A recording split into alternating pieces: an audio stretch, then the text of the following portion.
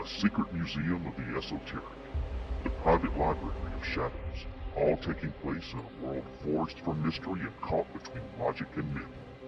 You are entering ParaReality.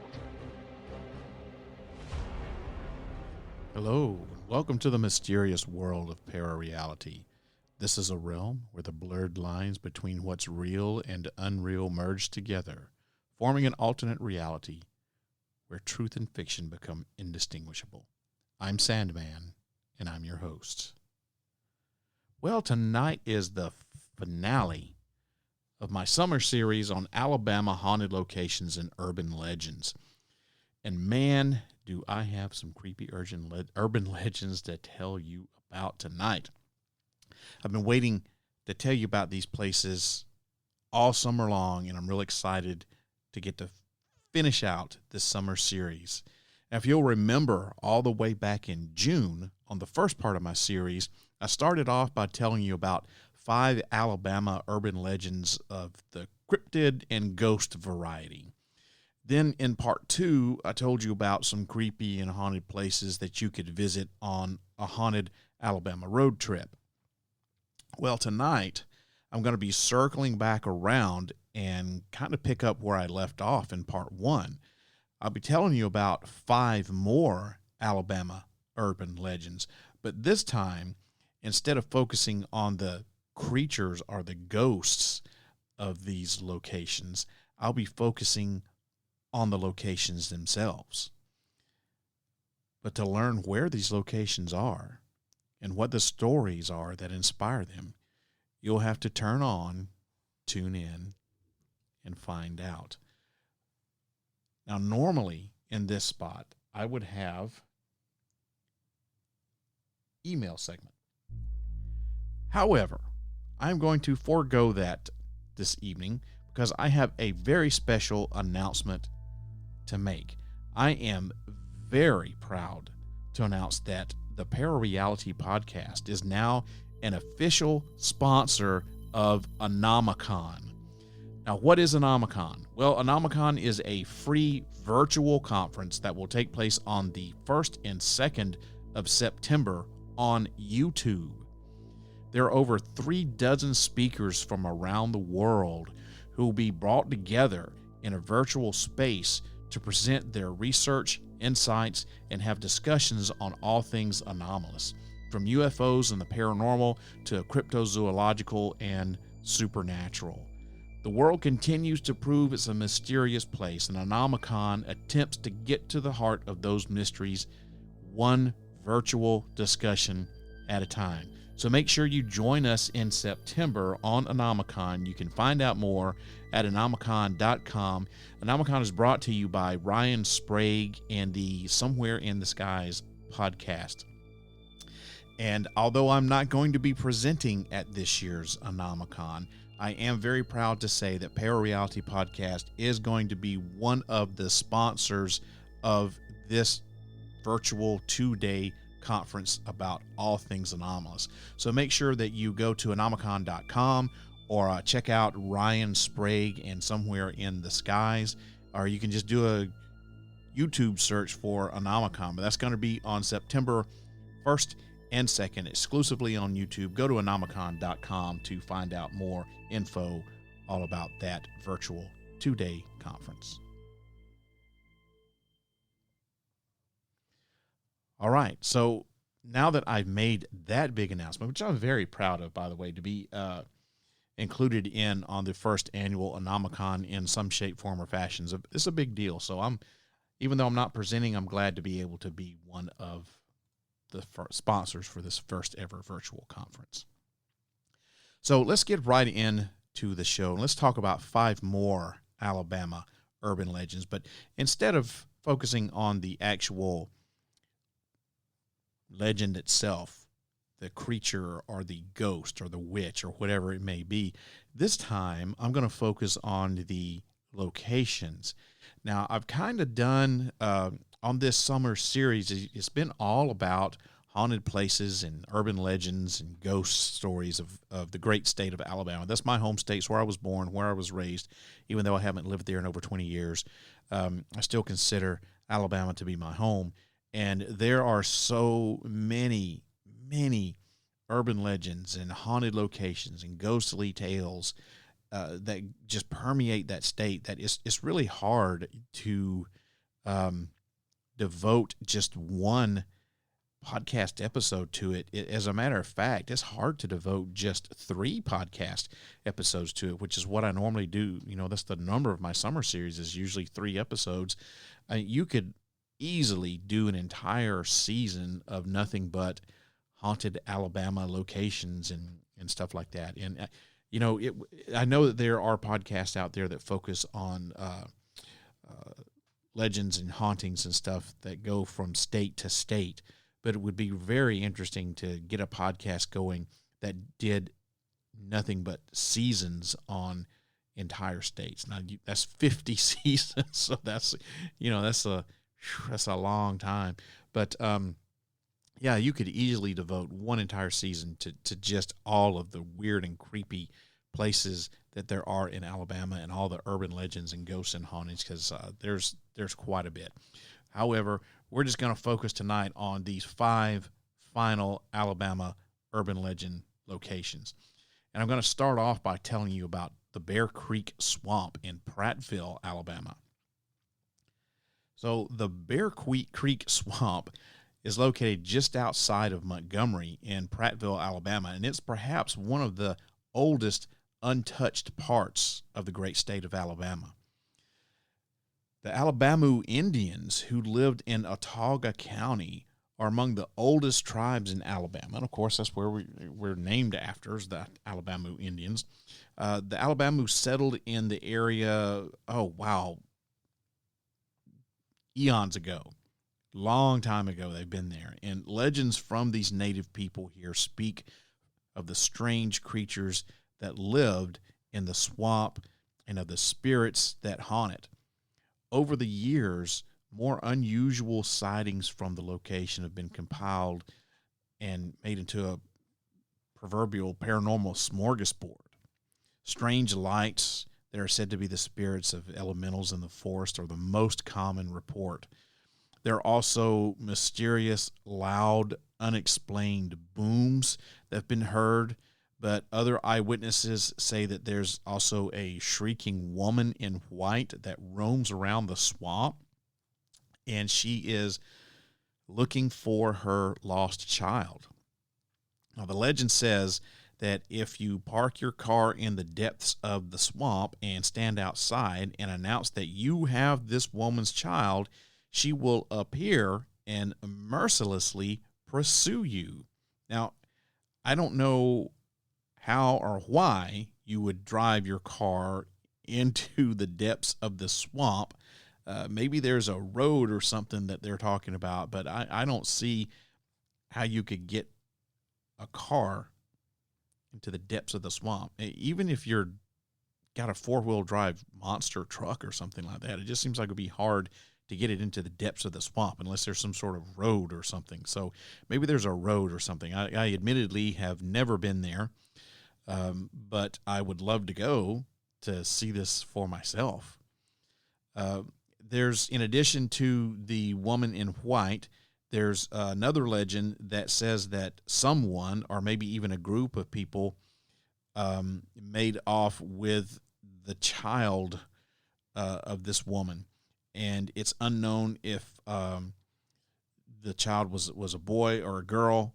And there's a stranger story that comes from some local hunters who claim to have seen some sort of cryptid beast and heard wood knocking of the creature that they believe to be a Bigfoot. Now, the creature has been seen on more than one occasion and is described as being somewhere between 8 and 10 feet tall and has a dense brown and black coat or hair covering its entire body. And the most obvious feature of this beast is its horrible smell, reportedly similar to that of rotten eggs. And as if the tales and legends needed any help, a probable practical joke about 10 years ago added another chapter to the swamp stories. All the way back in November of 2014, deputies with the Autauga County Sheriff's Office recovered 21 dolls from the swamp. They were impaled on bamboo stakes and planted throughout the swamp where they were visible from Dirt Road 3, which I'm assuming that's the road that they're talking about that you can drive off that goes deep into the heart of the swamp. Now, some of these doll heads were painted like a stark white color, and no one ever took credit for placing these macabre doll stakes in the swamp, and they're still in the evidence room of the sheriff's office to this day, by the way. Now, you may be thinking, someone just playing a prank, and that's probably true. You could be thinking some sort of ritual or occult practice. I kind of doubt that. Sounds to me like someone was just playing a prank out there. I believe the area where the dolls were discovered was it's an area of the swamp that's owned by a paper mill or something like that, and it could have been just someone protesting or trying to freak the people of the mill out. I don't know. It could be anything, but it most likely a prank. And getting back to the Bigfoot sightings, now you would probably think,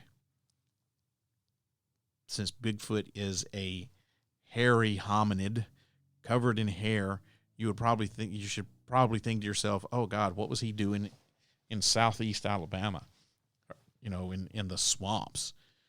Or it's not southeast Alabama, it's really central Alabama in the swamps. And wouldn't it be too hot for him? Well, he's in the swamps, so he should hopefully be cooling himself off. But, Bigfoot is in all 50 states. He's been sighted in all 50 states. And he has been sighted multiple times in Alabama throughout the years. So if Bigfoot exists, it's no surprise that he's probably roaming around in the swamps down there because, as I said, that's probably one of Alabama's oldest untouched parts of the state. So it doesn't surprise me that if there is such a thing as Bigfoot or some other hairy hominid creature or something like that, that they wouldn't be hanging out somewhere deep in the swamps. So that's the Bear Creek Swamp Story, Prattville, Alabama, not too far outside of Montgomery, which is the state capital, in central Alabama. The next place I want to talk about is Boynton Oak, and that's in Mobile, Alabama, which is in the southwest corner of the state of Alabama. Mobile is a beautiful city, and it's right in the bay, right on the Gulf. It's great. It's a great little place to go. One of the bigger cities in Alabama, and there is a graveyard called Church Street Graveyard down in Mobile, and it opened all the way back in 1820, which makes it the city's oldest cemetery.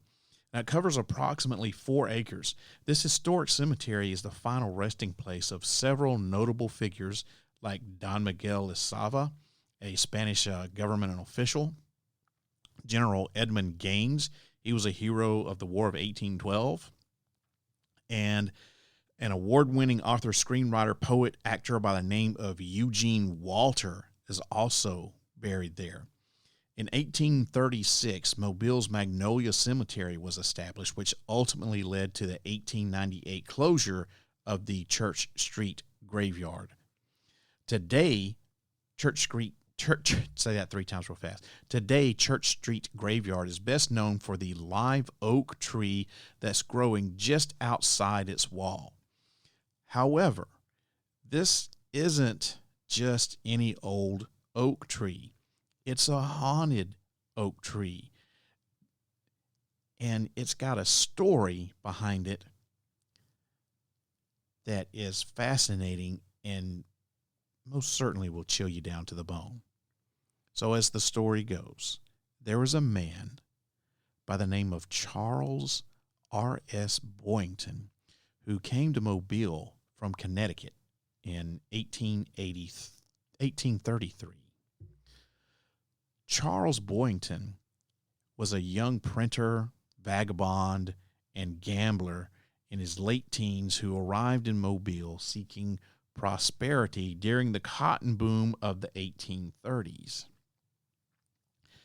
Now, he lived, in a boarding house with a friend of his who was also a fellow co-worker named Nathaniel Frost.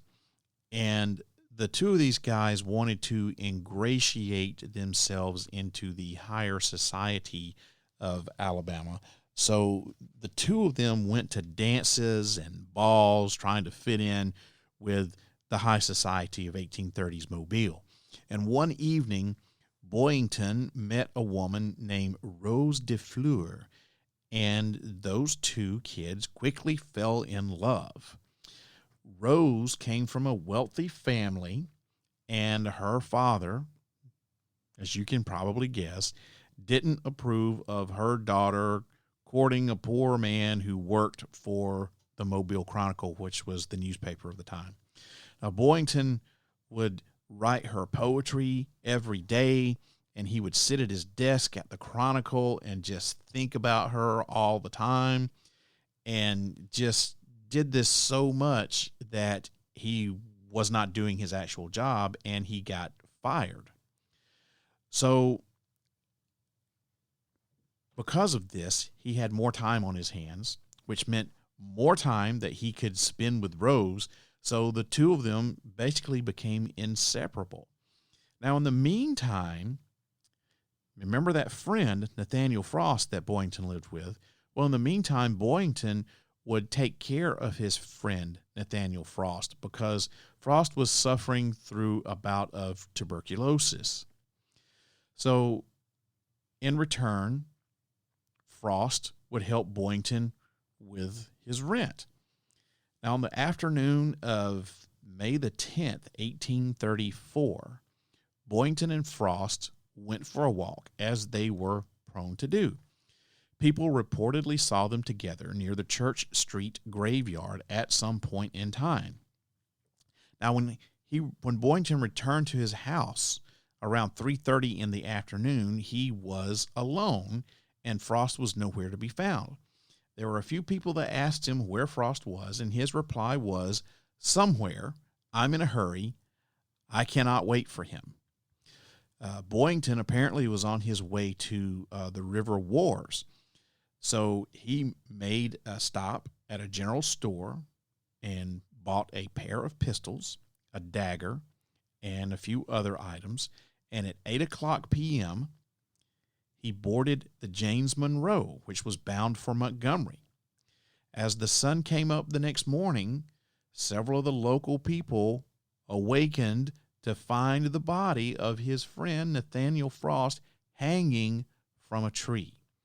The body was reportedly covered in gashes and was very bloody.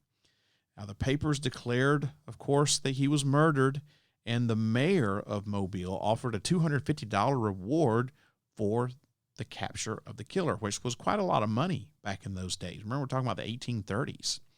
So who was the obvious choice but Boyington, right? He was the obvious suspect, and officers got on their horses.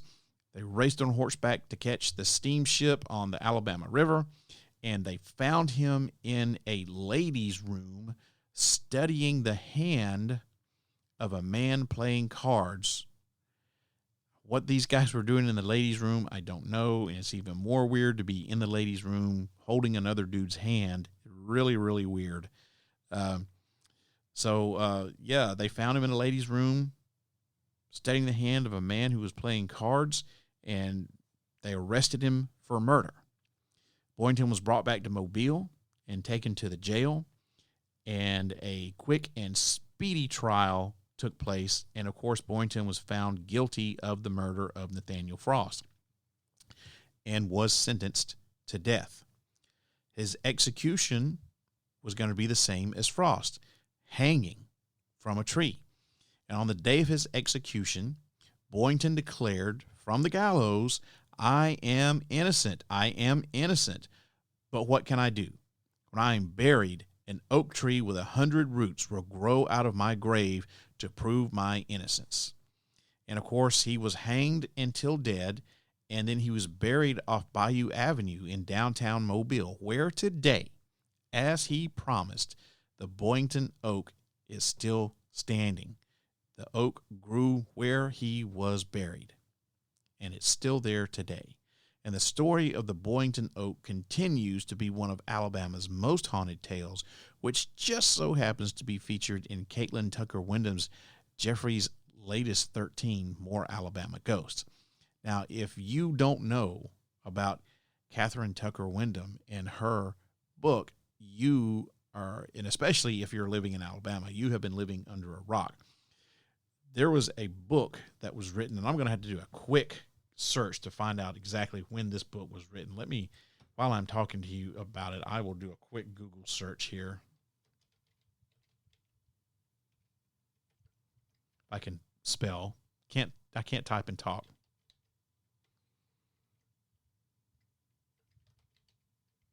There we go. 13 Alabama Ghosts and Jeffrey. This was written all the way back in 1969 and is a very, very famous ghost book in Alabama. I remember when I was in grade school, I remember reading this book, and I checked it out of the library at the grade school that I was going to. And it had been checked out probably 100 times by the time I got my hands on it, because it was very, it was well worn, well used. Catherine Tucker Wyndham wrote 13 Alabama Ghosts and Jeffrey, and she supposedly lived with this ghost whose name was Jeffrey. She even had pictures of him and everything. It was a very fascinating book. But the book tells of true hauntings in the state of Alabama, and she went on to write at least one more, I think maybe two more books.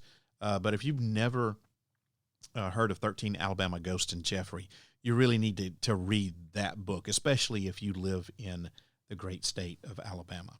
The Boynton Oak made her second book, Jeffrey's latest 13 More Alabama Ghosts. Check it out. You need to read it. So moving on, we've talked about Bear Creek Swamp and Boynton Oak and Mobile. So number 3 on my list out of 5 is the Crybaby Bridge in Saraland, Alabama. Now, there are several versions to this story, but I'm going to stick with the most popular one.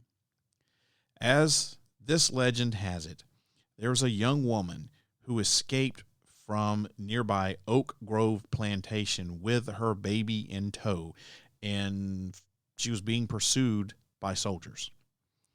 And after leaving the plantation, which was situated at the intersection of Oak Grove Road and Calioka Road, she ran towards the town's bridge. Now, spanning a creek, this bridge ended up being a great hiding place for this mother and her baby. Well, at least underneath the bridge, that is. So the mother and her infant hid underneath this bridge, and when the baby wouldn't stop crying, she supposedly put its face down into the water, and sadly you can guess that the baby drowned, did not survive. So today, it's not uncommon to hear cries like from a baby that emanate from this bridge. Whether you visit during the day or the night, chances are you'll hear the cries of the baby. And these cries are believed, of course, that it's from the baby that drowned, and this is how the bridge got its nickname, Crybaby Bridge. Now, this seems to be a popular urban legend because this particular bridge is just one of the many crybaby bridges in the United States. I know that there are crybaby bridges at least in Texas, Arkansas, and South Carolina, not to mention the one in Alabama. So that's just 4 crybaby bridges, but I believe that there's a lot more than that. So it may be a popular urban legend because the story is such a simple one to tell, and there are bridges literally everywhere in the United States. So this legend, this urban legend, out of the 3 that I have told you so far, to me, this one is the one that is the most suspect, that there probably was not ever any woman and a baby is trying to escape from soldiers, and she drowned the baby, whether accidentally or on purpose, depends upon which version of the story you believe. And there are several different versions of the story, as I said. So in all of them, though, what you cannot find is, okay, so why was she running and why were soldiers after her? It just says in some of the stuff that I've managed to find, it says that there was a war going on. Okay, what war? Naturally, the thing that you would think about would be the Civil War, right? War between the states. That would be the only thing that I could think of that would cause soldiers to chase after civilians here in the United States. But there's no date given. There's no war given of the supposed war that was going on. The name of the woman not given. Wasn't the soldiers, like, what soldiers? Who were they for? Were they United States Army? Were they, from somewhere else? Were they from the South? Don't know. Nothing is given. Nothing is named. Everything is just very, very vague. And I think that, like I said, this story, out of all of them, this one so far, this one is probably not true. This is definitely an urban legend that is nothing more than a simple legend, in my opinion. Now, I've never been to Saraland. As a matter of fact, I haven't been to any of these places, and that doesn't mean that I haven't heard of them before, but these places are not the most well-known. As a matter of fact, the last one that I talked to you about, we're going to get there, of course, eventually, is probably the most famous out of all of them. But this Crybaby Bridge thing in Saraland, it's very, very suspect. I just do not think that there is anything to this legend whatsoever. And if I had the chance to go there, I would definitely go. Now, I did run across one guy who did a YouTube video on Crybaby Bridge. Can't even say that either. On Crybaby Bridge.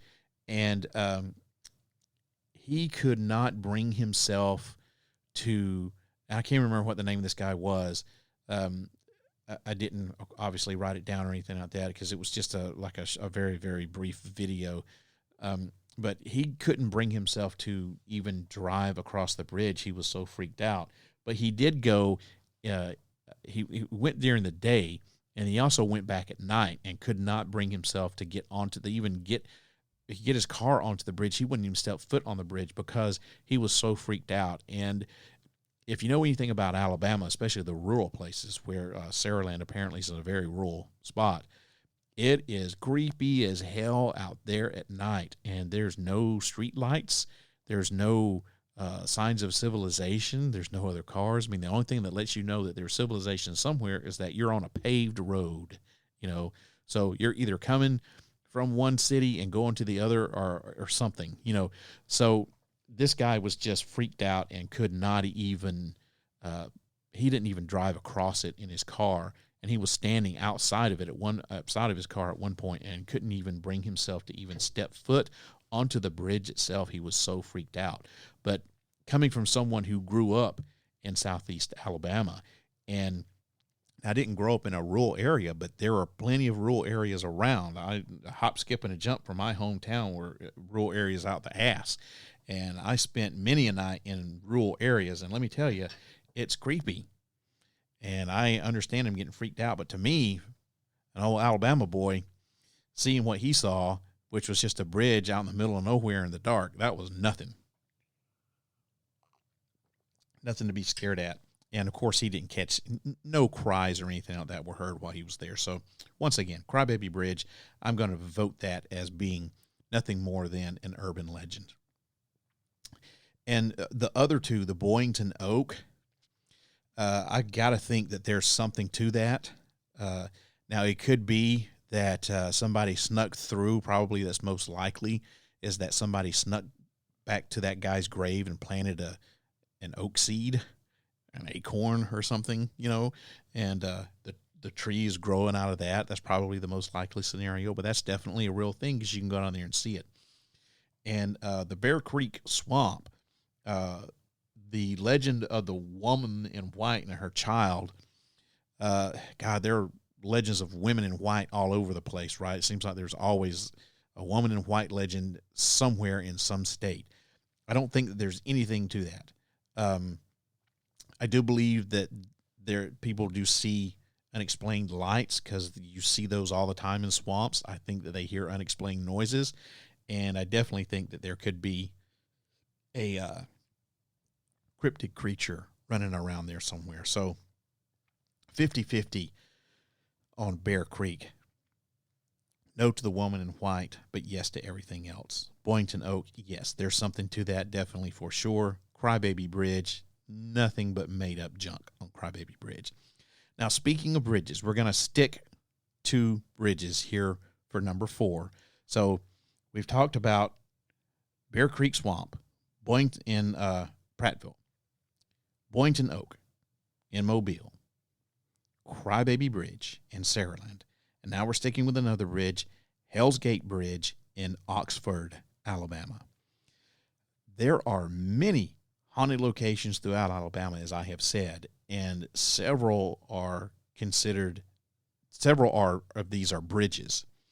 And one of these bridges in particular is located in Oxford, Alabama, and is best known as Hell's Gate Bridge. And it's actually considered to be the most haunted bridge in the state of Alabama. It's located on Boiling Springs Road and crosses the Chocoloco Creek. Now, if Chocoloco sounds familiar to you, that's because in part 1 of this series, I told you about the Chocoloco monster legend in Chocoloco, Alabama. If you remember, that turned out to be nothing more than a hoax. It was a guy dressed up in like a deer skull or a cow skull or something like that with a sheet over him. It was nothing more than a hoax. A lot of people went out looking for this supposed Chocoloco monster. The guy was shot at, and that's why the Chocoloco monster disappeared, because the guy got shot at. But he kept the secret for decades until finally he fessed up. So, yeah, if Chocoloco sounds familiar to you, that's why, because I talked about it in the first episode of this series. Now, the distance from Chocoloco, Alabama to Oxford, Alabama is just a mere 16 miles. So while these two locations are very close to each other, they actually don't have anything to do with one another as far as these urban legends go. I got some throat's dry. Oh, that's better. So these two urban legends are actually completely separate urban legends, and it's just coincidence that it happens to be, in towns located next to each other. So, Oxford, Alabama, which was founded in the early 1850s, is a Alabama town that's located in Calhoun, Talladega, and Claiborne counties. And one of its most popular attractions, which also happens to be one of its most haunted landmarks, is Hell's Gate Bridge. Now, actually, Hell's Gate Bridge isn't even the bridge's official name. In fact, the official name of the bridge has been lost over time. The bridge acquired its name because of the most popular event to ever take place on it. So as the story goes, sometime during the 1950s, there was a young couple driving in the car that drove off of the bridge and into the water below. Now, they supposedly were left there. I don't know, maybe they couldn't recover the bodies or whatever, I don't know, but that's supposedly where they rest to this day. And supposedly, if you stop on this bridge and turn off the lights of your car, a member of this couple will enter your vehicle and leave a wet spot on your seat. And let's hope it's the female that's leaving the wet spot on the seat. You know what I mean? You feel what I'm saying there? So, according to reports, this has happened to many people. And in case you're wondering what this has to do with the name of the bridge, let me tell you. Hell's Gate Bridge earned its name because many people believe that when you do stop on the bridge, if you glance over your shoulder, the road behind you turns into the fiery gates of hell. Now, several local people have reported that they've experienced this over the years.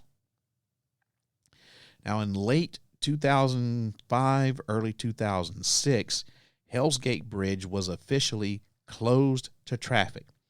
So to keep people safe, cement blocks were added to block off the bridge so people won't be tempted to drive across it. And people still visit Hell's Gate Bridge by foot, but because it's so dilapidated, I mean, this thing's I don't know what rust is basically holding it apart. It's not recommended to even cross it on foot. As a matter of fact, there are no trespassing signs that have been put up all over the place. Now, nobody knows if the story behind Hell's Gate Bridge is 100% accurate. However, several locals and visitors have had haunting experiences at this bridge, stating that they have seen the fiery gates of hell. They've experienced the wet spot on the seat of their car.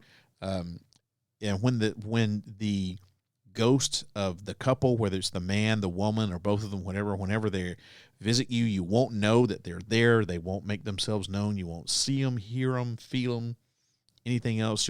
There will be a wet spot that'll appear on the seat of your car.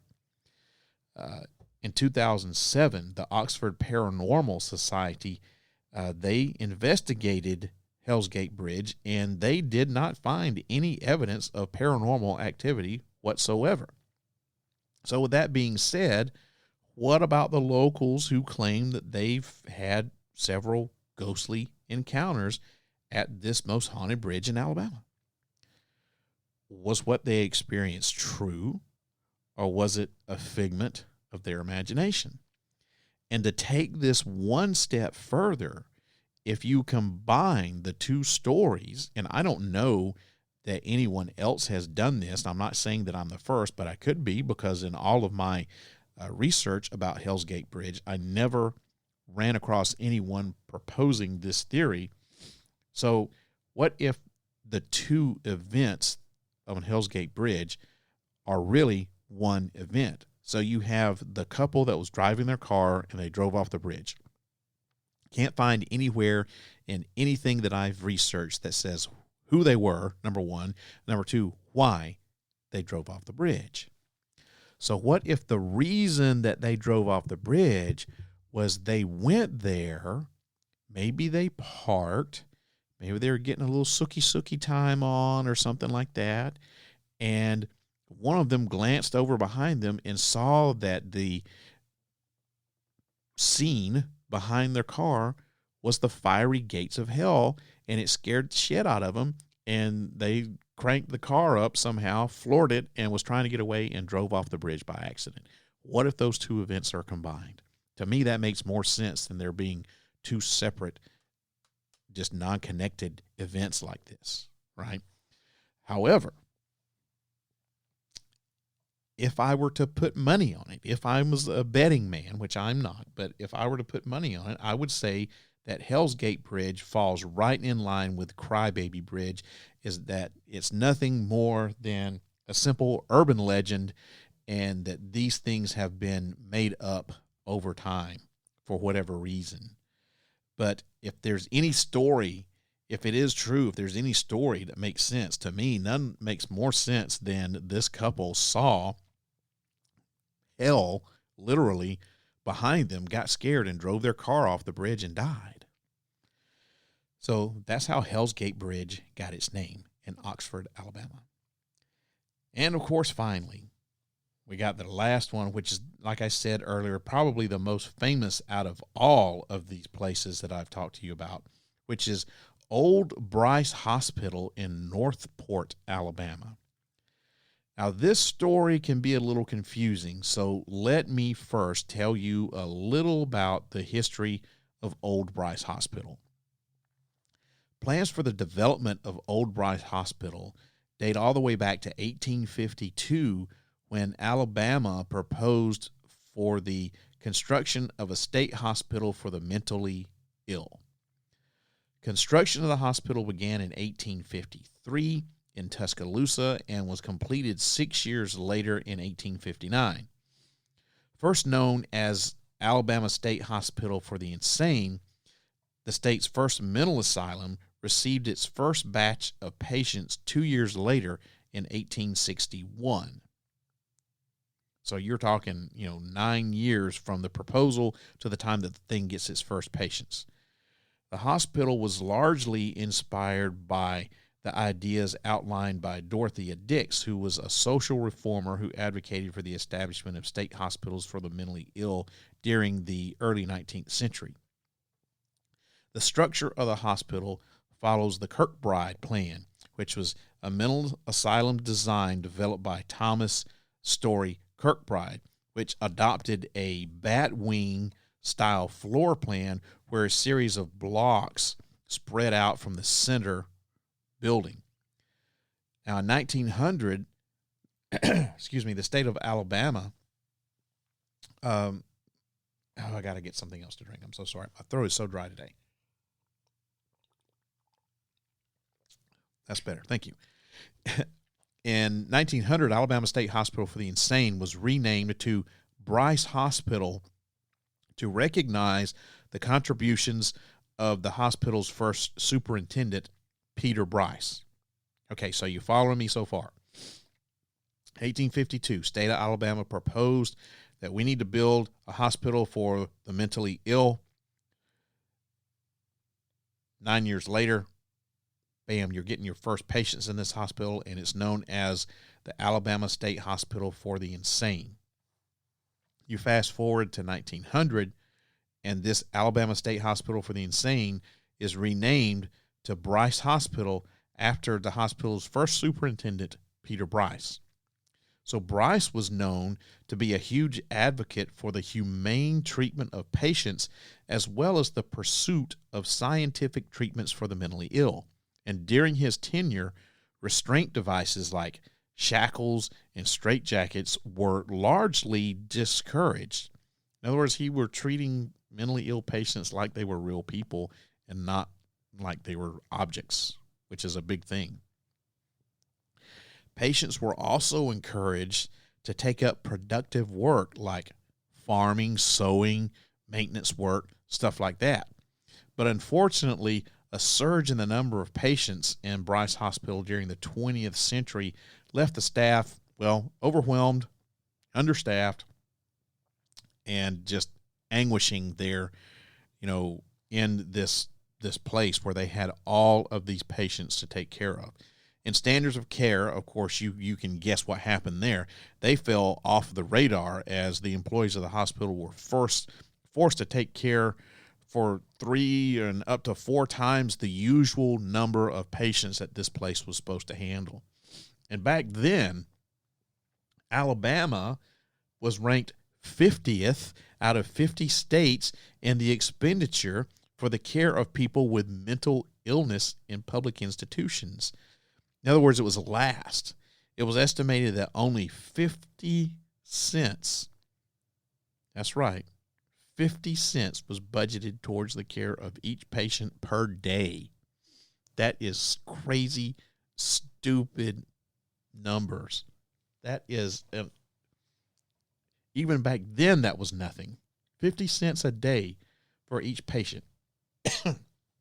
So in 1970, a daily newspaper publisher, the Montgomery Advertiser, released an article detailing the poor condition of these patients in Bryce Hospital. And the editor of the newspaper, Hal Martin, He said the conditions of the hospital were so bad that he compared them to Nazi concentration camps, if you can believe that or not. The situation was worsened by Alabama's decision to cut its cigarette tax, which led to the dismissal of nearly 100 staffers at Bryce Hospital because the tax had funded mental health services in the state. So they cut the cigarette tax, which was the only way that this place was getting funded. And, of course, everything's going to get worse, right? So after all these layoffs, it's estimated that one nurse would be required to attend to, get this, 250 patients, while every physician and psychiatrist would have to manage 350 patients and 1,700 patients, respectively. So if you were a nurse, you took care of 250 patients. If you were a doctor, just a regular physician, 350 patients. And if you were a psychiatrist doctor, 1,700 patients. That is crazy stupid. Unattainable, unsustainable, and very dangerous.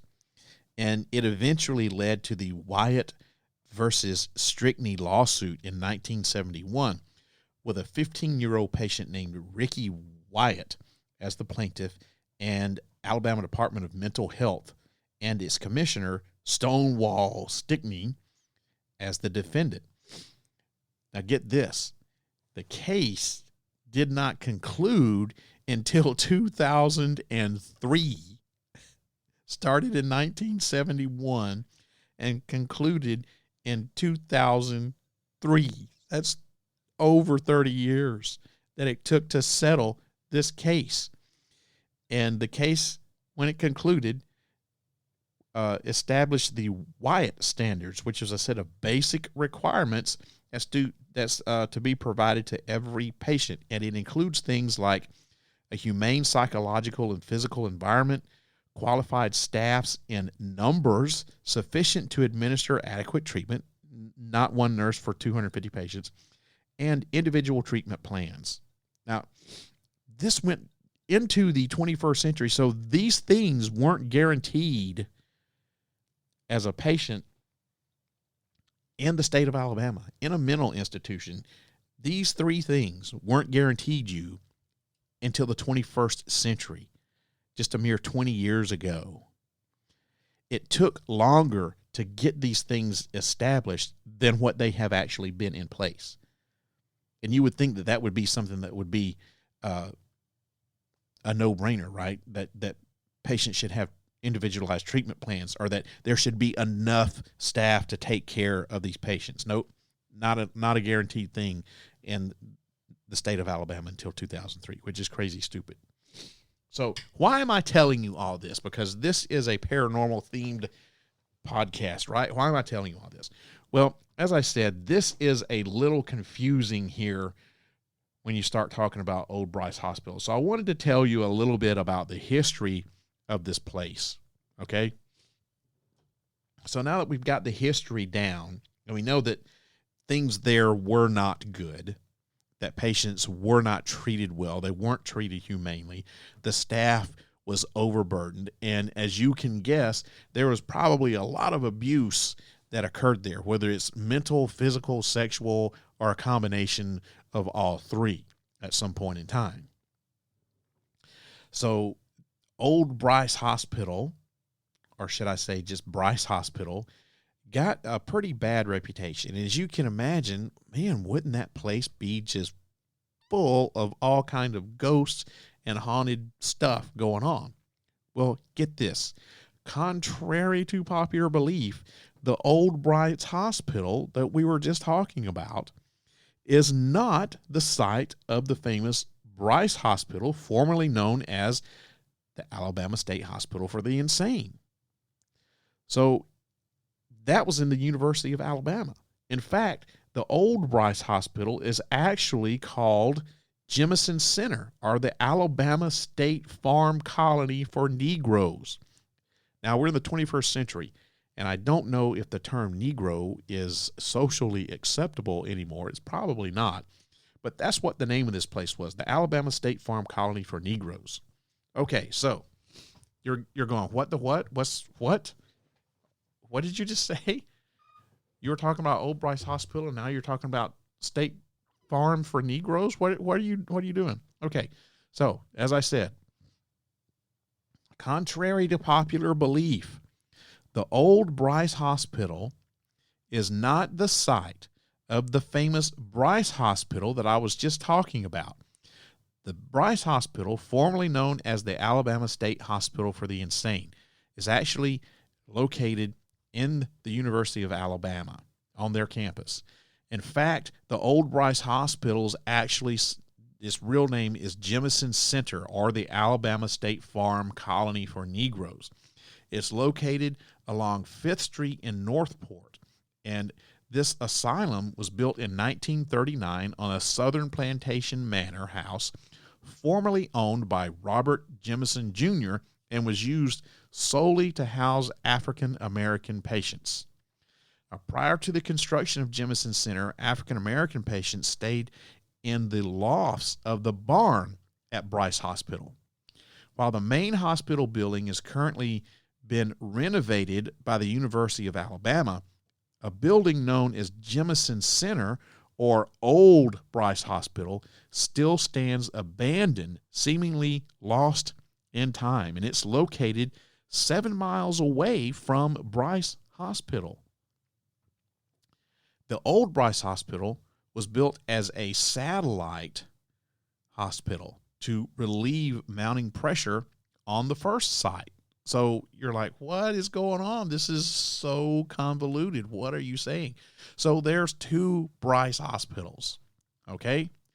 So there's Bryce Hospital, which is the hospital that is located on the campus of the University of Alabama, which is part of their stuff.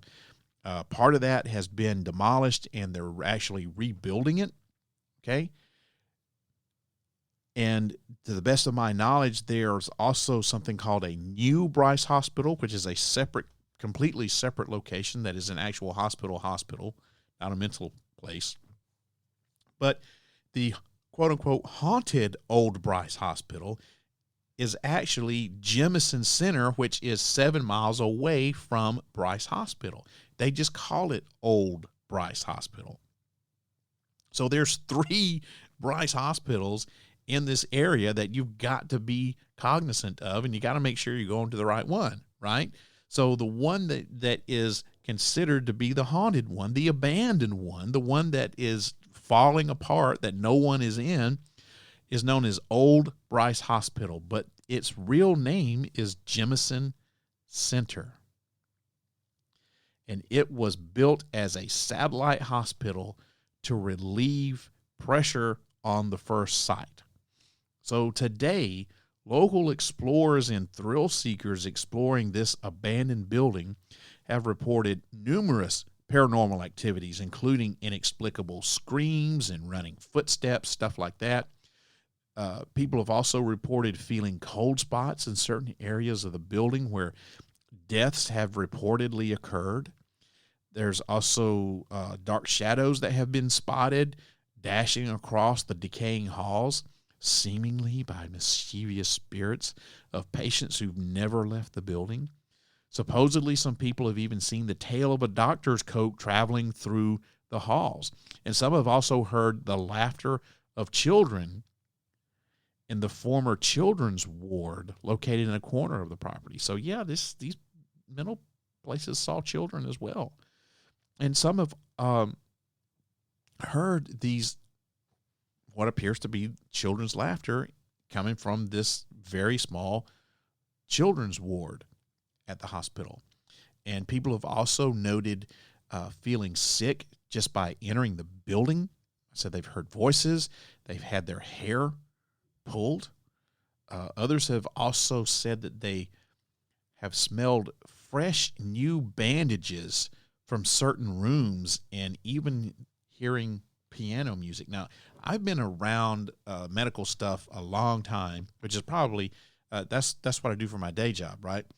And I'm a medical professional during my day job, and I've worked in hospitals for years, and I can't say that I know what a new bandage smells like. I don't know how these people go in there and say, "Oh, that's a fresh new bandage I smell." I don't get that. I'm not understanding that. I have a pretty good sniffer, and I can't say that I know what a fresh new bandage smells like. I guess maybe I could hold one up under my nose and take a big sniff. I have no idea, but that's just what they say. So, smelled bandages and heard piano music. Probably the most haunting phenomena is scratches that investigators have found on themselves after visiting the Old Bryce Hospital, or should I say Jemison Center. One paranormal investigator said that a person on their crew ran screaming out of the building after feeling like they had been attacked. And once outside, it looked like fingernails had been dragged down across the person's face. So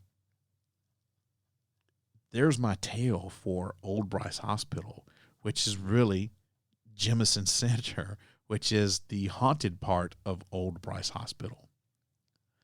So can you visit Jemison Center? Are you able to go? Well, there are currently no explicit rules from the police as to whether you can visit this place or not. However, the land does belong to the city of Tuscaloosa, and the state of the building, which is very dilapidated and very decrepit, makes this abandoned place, well, a dangerous place to visit and a dangerous place to explore. That, combined with the potential for illegal trespassing from the state, it's really highly advisable not to visit Jemison Center, a.k.a. Old Bryce Hospital. Now, it's said that the now defunct hospital is still regularly patrolled by the Northport Police Department, especially during the Halloween season, and I can pretty much guarantee that if you don't have some sort of permission to be there, that they will arrest you for trespassing, or at the very least, put you in their car and escort you off the property with a warning to not come back. So I've seen several videos from Jemison Center, a.k.a. Old Bryce Hospital. I've seen several of them on the internet, and that place, it is like Neil Armstrong described the moon, beautiful desolation. That place looks like it could just, the whole thing could cave in at any minute, especially when you go on the inside of it.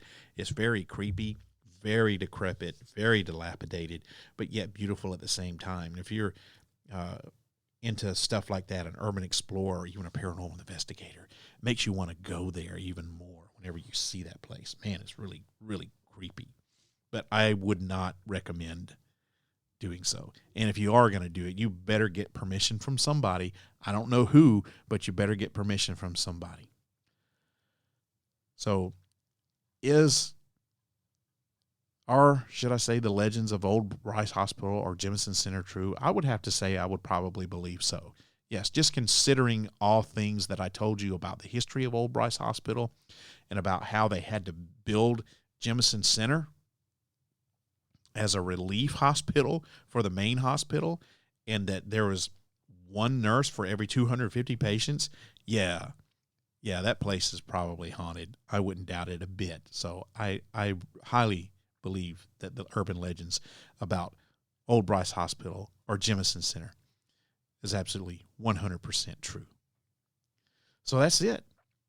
5 urban legends in the state of Alabama that may or may not be true. While there are certain aspects of each one of those that probably are not true, I think that all urban legends contain a kernel of truth somewhere within them. After all, these legends had to begin somewhere and are usually inspired by something that actually did happen.